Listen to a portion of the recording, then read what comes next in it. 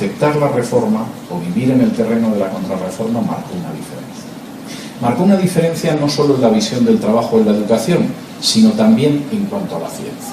Y esto es algo tremendo. Cuando de pronto aquella gente en el siglo XVI empezó a leer la Biblia y a meditar en ella, de pronto llegó al libro de los Salmos y se encontró con un mandato que decía que observaras los cielos y las obras que Dios había hecho en el firmamento. O llegaban, por ejemplo, al libro de Proverbios y había mandatos para que observaras a las hormigas, o al damán, o a otros seres de la naturaleza. Y aquella gente del siglo XVI dijo, efectivamente, si queremos conocer la naturaleza tenemos que hacer lo que dice la Biblia, tenemos que observarla. Y se inició el método científico que sigue existiendo hasta el día de hoy. Lo creó un protestante inglés que se llamaba Francis Bacon, que además escribía libros de teología. Y eso provocó una revolución científica impulsada por la Reforma, cuyos efectos seguimos viviendo hasta el día de hoy. Les voy a dar solo algunos ejemplos y unas pequeñas pinceladas. Por ejemplo, en 1590, un evangélico holandés que se llamaba Zacharias Janssen inventó el microscopio compuesto. Porque nuestros ojos pueden ver, pero pueden ver hasta un cierto punto. La hormiga todavía la vemos. Ya más abajo de la hormiga es un poco difícil. Y Janssen inventó ese microscopio para poder ver el universo que Dios había creado más allá de lo que alcanzaba la vista.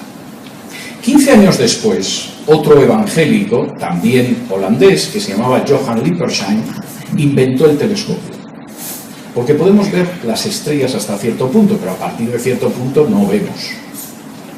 Y gracias a dos evangélicos, el género humano pudo ver el microcosmos con el microscopio, el macrocosmos con el telescopio. Pero no fueron los únicos. Por ejemplo, un piadosísimo luterano que se llamaba Johannes Kepler y que revolucionó las matemáticas y la astronomía trabajando sobre la luz y las leyes del movimiento planetario, descubrió que, en contra de lo que enseñaba la Iglesia Católica, la Tierra no era el centro de nuestro sistema, era el Sol y todos los planetas giran alrededor del Sol. Y después de Johannes Kepler, otro creyente, en este caso inglés, que se llamaba Robert Boyle, creó la química moderna que seguimos utilizando hoy en día. Y otro creyente evangélico, que se llamaba Carlos Linneo, inventó la taxonomía, las clasificaciones para los animales y para las plantas. Cuando ustedes todavía van a un libro de plantas, ven que debajo de la manzanilla pone, por ejemplo, camomila, etcétera, en latín. Es la manera de clasificación de las especies animales y vegetales de un piadosísimo evangélico que se llamaba Carlos Linneo. Pero había otros científicos, por ejemplo, como Isaac Barrow, que fue un maestro de la óptica y el maestro de Newton, y que era tan magnífico como predicador en la iglesia, aparte de como científico, que la estructura de sus predicaciones la copiaban los miembros del Parlamento inglés en sus discursos políticos. Fue el maestro de Isaac Newton, el mayor científico de la historia de la humanidad, que destacó en áreas como la óptica, la mecánica, las matemáticas, fue un gran economista y escribía comentarios a libros de la Biblia como Daniel y el Apocalipsis. Y por supuesto podríamos hablar de Leonhard Euler, matemático y el primer científico de Suiza, o Dalton, al que debemos la moderna teoría atómica, que además estaba tan interesado en la educación de los niños pobres que en el granero de su casa abrió una escuela para ellos. O por ejemplo de Michael Faraday. Y ustedes le deben a Michael Faraday lo que no se pueden imaginar. Si esta mañana se levantaron, miraron a ver si tenían algún WhatsApp o algún mensaje en su teléfono móvil, abrieron internet y empezaron a ver si les había llegado un correo electrónico, denle las gracias a Michael Faraday. Porque aparte de ser creyente, sus obras sobre electricidad y magnetismo revolucionaron la física y sentaron las bases de lo que hoy en día son los ordenadores, el teléfono y las redes de Internet. Esto ha significado una diferencia entre los países que recuperaron los principios bíblicos gracias a la Reforma y los que, como el suyo o el mío, se quedaron en la Contrarreforma. Una diferencia abismal. Mientras toda esta lluvia de científicos reformados se producía en ciertos países, en el mundo católico hubo 3 científicos. El primero fue Galileo. Y como de pronto había descubierto, igual que Kepler, que la Tierra era la que giraba alrededor del Sol, la Inquisición lo detuvo, tuvo que retractarse y si no llega a decir que efectivamente la Tierra no se mueve, hubiera acabado en una hoguera. El segundo fue Pascal. Era un científico francés, pero su punto de vista en cuanto a la salvación era totalmente calvinista. El tercero fue Descartes, también era francés. En 1663 sus libros fueron incluidos en el índice de libros prohibidos del Papa. Y decidió que, a pesar de que era católico, viviría mucho más tranquilo en la protestante Escandinavia que en la católica Francia. ¿Esto ha seguido marcando diferencia? Fíjense lo siguiente. En el año 1991, John Halley, que era un economista del Banco Mundial, decidió hacer un estudio sobre los premios Nobel serios. Cuando digo serios, no incluyo el Premio Nobel de la Paz, que algunos años se lo dan a terroristas, o el Premio Nobel de Literatura, que a veces se lo dan a gente muy digna, y hay años que se lo dan a Bob Dylan. Estoy hablando de los premios Nobel científicos. De los premios Nobel entre 1901 y 1990, el 86% fueron premios Nobel de evangélicos o judíos. Concretamente, los judíos un 22%, los evangélicos un 64%. El otro 14% de los premios Nobel de ciencia, había algún católico por ahí perdido, algún hindú, algún ateo, pero desde luego si alguien les dice que la ciencia es una cosa de agnósticos y ateos, o es un ignorante o es un embustero. Porque no hay nada más que ver la historia de los premios Nobel para saber dónde están. Es una estadística que sobrecoge. ¿Cuántos premios Nobel de ciencias hemos tenido en los países hispanos? 3. Una argentina, relativamente reciente, y 2 españoles. En el caso de los 2 españoles, el primero, que era Ramón y Cajal, recibió un premio Nobel compartido con otro. En el caso del segundo, Severo Ochoa, obtuvo el premio Nobel cuando en un momento determinado se fue a trabajar a los Estados Unidos. De modo que algunos se sorprenderán de por qué pagamos royalties por lo que inventan otros. Pues pregúntenselo ustedes a lo que ha sido nuestra triste historia. Pagamos esos royalties porque jamás tuvimos una revolución científica. Y no tuvimos una revolución científica porque se da la circunstancia de que jamás tuvimos un sistema educativo digno de ese nombre. Y no tuvimos nunca un sistema educativo digno de ese nombre por la sencillísima circunstancia de que nuestros países no recibieron la reforma. Es bastante sencillo de entender. No solamente es que la reforma, al impulsar la libertad de la ignorancia, impulsó la educación, además provocó la revolución científica. Hay autores como Thomas Kuhn, uno de los grandes historiadores de la ciencia, que en uno de sus libros emblemáticos, La estructura de las revoluciones científicas, muestra cómo la revolución científica es una hija directa de la reforma. Cómo sin la reforma, ese regreso a los textos bíblicos donde se habla de observar las hormigas o mirar los cielos o preocuparse de la vida de los animales, nunca hubiera nacido el método científico en la protestante Inglaterra de la mano de un científico que se llamaba Francis Bacon, que por cierto también escribía tratados de teología. Lo que vino a continuación, y me van a permitir que dé solo unas pinceladas, porque esto sería motivo para una exposición, ya de por sí fue absolutamente extraordinario. Entre 1590 y 1605, 2 científicos holandeses y protestantes, Isaac Breman, Johann Lippershine, inventaron el microscopio y el telescopio y abrieron las puertas, para Occidente al menos de momento, al microcosmos y al macrocosmos.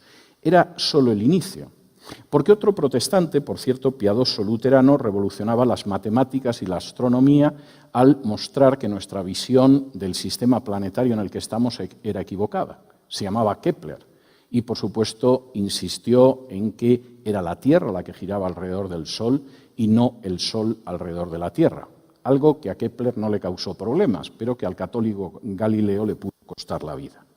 Era solo un ejemplo, porque, por supuesto, la física era revolucionada por otro científico protestante, Robert Boyle, cuya ley de Boyle todavía en mi época se estudiaba en el bachillerato.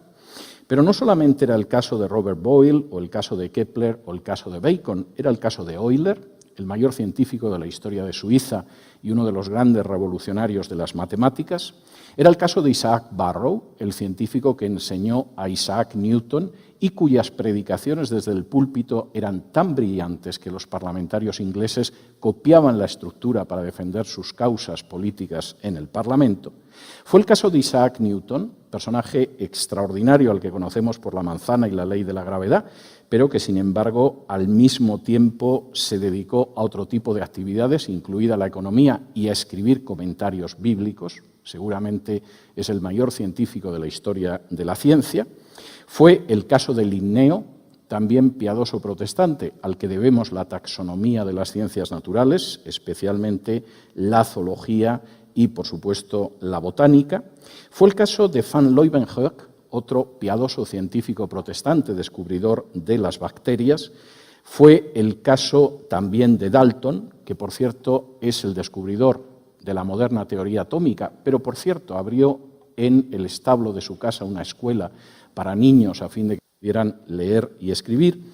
Fue el caso de David Brewster, otro piadoso científico protestante al que debemos los primeros estudios sobre la luz polarizada, y es el caso de otro personaje al que no me resisto a mencionar, porque si esta mañana ustedes pudieron conectar su ordenador o su computador, pudieron comprobar si tenían algún WhatsApp en su teléfono y accedieron a Internet para ver si había llegado algún correo electrónico, se lo deben a otro piadoso científico protestante que se llamaba Michael Faraday, cuyos estudios sobre electricidad, magnetismo y física sentaron las bases para la telefonía, para las computadoras y para las redes de Internet.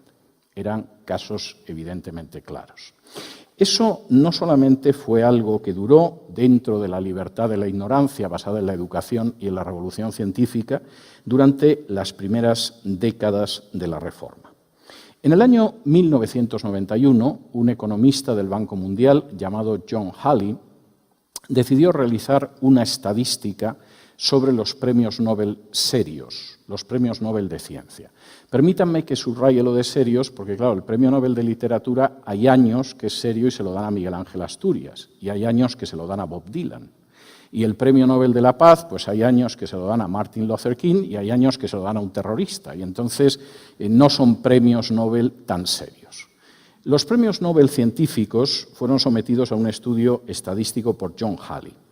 Desde el año 1901 hasta el año 1990, el 86% de los premios Nobel de Ciencia fueron obtenidos por protestantes o judíos.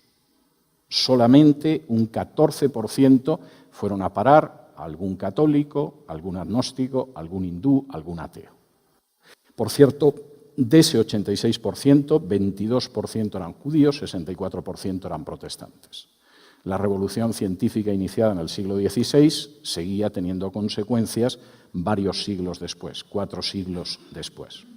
La Reforma implicó un gran empuje en libertar a la gente de la ignorancia y del atraso. Y en buena medida la diferencia educativa sigue percibiéndose históricamente, lo cual me entristece mucho, y desde luego en términos científicos la diferencia es escandalosa. Por cierto, y por terminar este apartado, solo hay 3 hispanos que han obtenido un premio Nobel serio. Hay hispanos que han obtenido premios de literatura merecidamente. Pero en el terreno de las ciencias solo hay 3, un argentino y 2 españoles. En el caso de los españoles, el primero, en medicina, Ramón y Cajal, fue compartiéndolo con otra persona. El segundo, Severo Ochoa, también en medicina, obtuvo el premio Nobel cuando se fue a trabajar a Estados Unidos, lo cual, de nuevo, es para pensarlo. Segundo, la Reforma no solamente implicó un impulso de libertad de la ignorancia, sino que implicó un impulso de libertad de la pobreza. Tuvo además otra consecuencia enorme en el terreno de la investigación científica, por una razón de nuevo muy conectada con la Biblia. Francis Bacon, que es el creador del método científico actual, que es el método de observación de la naturaleza para, a partir de la observación directa de la naturaleza, extraer conclusiones científicas, planteaba un método que a nosotros nos parece ahora normal. Es decir, parece que lo lógico es que para saber cómo se mueve el cosmos o cómo se mueven los organismos vivos, los observemos. Bueno, esto nos parece lógico después de Bacon. No era la visión de inicios del siglo XVI, ni era, por supuesto, la visión de la Edad Media, en la que un monje, encerrado en la soledad de su celda, leía Aristóteles y se dedicaba a especular sobre cómo era la naturaleza. Dado que Aristóteles en ocasiones se había molestado en mirar el fenómeno, pero en otros se lucubraba, las conclusiones del monje no podían ir más lejos de donde iba. En ese sentido, y esto es algo tremendamente importante, la Reforma provocó una revolución científica. Y aquellas naciones que no estuvieron en la Reforma, pues nos quedamos fuera de la revolución científica. De nuevo, esto no es un juicio malévolo de protestantes sectarios, esto es una cuestión que no admite discusión histórica. Un personaje tan poco sospechoso como el filósofo Antonio Tobar, posiblemente uno de los intelectuales españoles más importantes del siglo XX, un personaje que lo mismo escribía biografías de Sócrates y de Platón y tenía un dominio enorme del mundo helénico, que conocía también el alemán, que fue uno de los intérpretes en la entrevista entre Franco y Hitler, pues podía decir a inicios de los años 70 del siglo pasado lo siguiente: mitigue usted si quiere lo que le digo, pero creo que hay que decirlo de una vez y en voz alta. La Universidad de Salamanca dejó de comprar libros en 1550. Llegaban los inquisidores y arrancaban las hojas o los quemaban. La ciencia española se acabó entonces, en 1550, aunque haya habido algunos intentos de revivirla después, pero yo no puedo decir otra cosa que la rémora de la educación actual ha sido la Iglesia Católica, por supuesto, que es a la que se refieren los españoles cuando dicen la Iglesia, no hay otra por definición. En ese sentido, basta comparar lo que fue la revolución científica que conoció el mundo reformado con lo que pasó en el mundo católico para darse cuenta de hasta qué punto esa tesis que ha sido expuesta magistralmente, por ejemplo, por Thomas Kuhn en su libro La estructura de las revoluciones científicas, la tesis de que la Reforma es la madre de la ciencia moderna, no tiene vuelta de hoja. De nuevo, permítanme ustedes que les dé simplemente algunas pinceladas, porque el tiempo manda y tengo que contarles muchas cosas. Permítanme que les dé algunos ejemplos de lo que es ese aporte protestante a la ciencia. En primer lugar es Francis Bacon. Francis Bacon crea el método científico, dispara la investigación científica y no sucede en el mundo de la contrarreforma por la sencilla razón de que todavía en el siglo XIX Francis Bacon, igual que Isaac Newton, estaban prohibidos en las universidades españolas e hispanoamericanas porque eran herejes protestantes. Es curioso como, por ejemplo, autores españoles que leían de contrabando algunos de estos libros pedían una y otra vez a las autoridades académicas e incluso al rey de España que permitieran la enseñanza de Francis Bacon y de Newton, porque aplicaban el método científico, y la respuesta siempre era que en las universidades españolas no se iba a enseñar la ciencia que practicaban y que habían descubierto los herejes. Con lo cual llegamos al siglo XIX todavía rigiéndonos por la escolástica de Santo Tomás.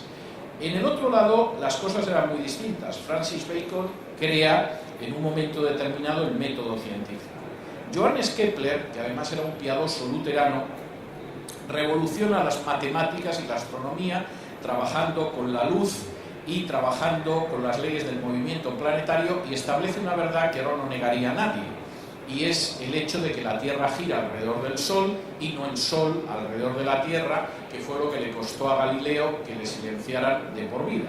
De hecho, todavía hay un pequeño grupo de gente que escribe libros intentando demostrar que es el Sol el que gira alrededor de la Tierra. Es un grupo pequeño de católicos bastante fanáticos que, con tal de demostrar que la condena de Galileo estaba motivada, han publicado 2 o 3 libros, y uno lo lee y verdaderamente es de esas cosas que causa paso. Aparte de Bacon y de Kepler, Robert Boyle, por ejemplo, cuya ley todavía se estudiaba cuando yo estudiaba física y química siendo un muchachito, fue el creador de la química moderna. Pero aparte de crear la química moderna y ser uno de los fundadores de la Royal Society en Inglaterra, fue también un personaje que pagó de su bolsillo una traducción del Nuevo Testamento al turco, porque tenía un enorme interés en poder compartir el Evangelio con los musulmanes. Isaac Barrow, que fue maestro de óptica y además maestro de Isaac Newton, su mentor, era un personaje que no solamente era un gran científico, es que además era un más que elocuente teólogo, y las predicaciones eran tan buenas que los parlamentarios ingleses de la época copiaban la estructura de sus predicaciones para sus discursos en el Parlamento. No hace falta decir que el descubridor de las bacterias, Antoine Leuwenhoek, era también un piadoso evangélico. Lo era Isaac Newton, el mayor científico de la historia de la ciencia, muy superior a Albert Einstein, que dominaba la óptica, la mecánica, las matemáticas. Fue el equivalente al ministro de Economía en Inglaterra y, eso sí, escribía libros de teología y comentarios a libros de la Biblia como Daniel o Apocalipsis. Fue también el caso de Carlos Linneo, la taxonomía que todavía utilizamos en zoología y en botánica, y que de pronto cuando uno va a la manzanilla debajo ve que pone camomila, camomila y nombres latinos distintos, se la debemos a Carlos Linneo, que era, por supuesto, un personaje que provocó un progreso extraordinario en las ciencias naturales, pero que era también un muy convencido creyente, como también lo era Leonhard Euler, el mayor científico de la historia de Suiza, matemático y, por cierto, convencidísimo calvinista, como fue el caso de John Dalton, que aparte de ser el fundador de la moderna teoría atómica, se dio la circunstancia de que abrió una escuela para niños pobres en el granero de su casa para que pudieran aprender a leer y escribir. Es el caso de David Brewster, el investigador de la luz polarizada, y imagino que posiblemente esta mañana, cuando ustedes se despertaron, echaron mano de su teléfono móvil para ver si les había llegado un WhatsApp o algún mensaje, abrieron el ordenador, quizá para ver las noticias en Internet, y también examinaron a ver si tenían un correo electrónico. Denle las gracias a un científico evangélico que se llamaba Michael Faraday, porque gracias a sus investigaciones en electricidad y magnetismo tenemos las bases que nos han permitido contar con teléfonos, con computadores y con la red de Internet. En ese sentido, la reforma implicó sacar al ser humano de las tinieblas medievales en términos científicos y catapultarlos al mundo en el que estamos. Y por cierto, dado que la vista que tenemos todos nosotros como seres humanos es limitada, podemos ver más o menos bien, algunos además con ayudas visuales, pero no podemos acceder al microcosmos ni al macrocosmos. Denle las gracias a Dios porque ustedes pueden ver el macrocosmos gracias a un científico holandés y muy protestante que se llamaba Johann Lippershey, que inventó el telescopio del que luego se valió Galileo, y podemos ver el microcosmos gracias a Zacharias Janssen, que fue otro científico holandés y protestante que inventó el microscopio. ¿Qué sucedía en el mundo de la contrarreforma, mientras en el mundo de la reforma parece que no hacían otra cosa nada más que dedicarse a inventar y a investigar? Pues en el mundo de la contrarreforma ser científico era un deporte de riesgo. De hecho, en todo el periodo de la Reforma y de la Contrarreforma hay tres grandes científicos católicos. El primero es Galileo, pero ya saben cómo acabó Galileo.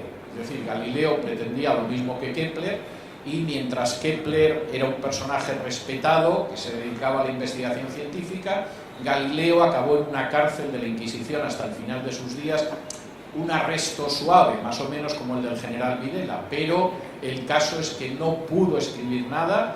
Lo que escribió en algún caso, alguna página, conseguía salir clandestinamente de su encierro y salvó su vida porque firmó una declaración en la que aceptaba que efectivamente era el Sol el que giraba alrededor de la Tierra. El segundo gran científico fue Pascal, que hizo aportes notables a la física, pero Pascal era considerado un hereje y de hecho tuvo enormes dificultades en Francia porque su teología de la gracia era muy parecida a la de Calvino y era mal mirada, y seguramente se murió a tiempo de que la cosa no fuera a más. Y el otro gran científico de origen católico es René Descartes, o Descartes, si ustedes prefieren, que por supuesto tuvo la prudencia inteligente de marcharse a vivir a la protestante Suecia, porque si se hubiera quedado en la católica Francia, donde él había nacido, hubiera terminado mal.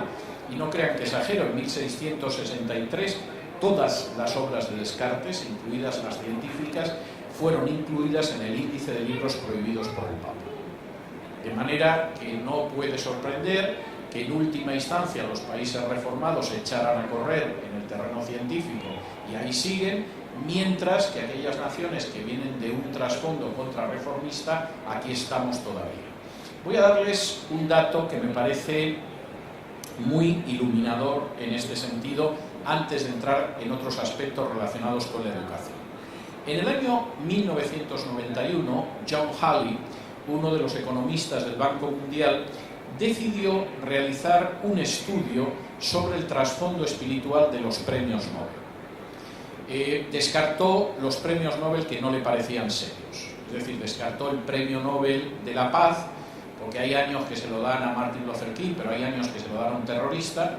Descartó el premio Nobel de Literatura, porque hay años que se lo dan a Alexander Solzhenitsyn y hay otros años que se lo dan a Bob Dylan, y en fin, esto parece que no es del todo serio, y se centró única y exclusivamente en los premios Nobel de Ciencias. Desde el año 1901 al año 1990, el 86% de los premios Nobel de Ciencias eran o protestantes o judíos educados en naciones protestantes.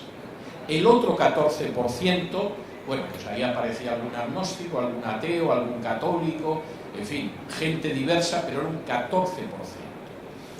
De ese 86%, 22% eran judíos, 64% eran protestantes.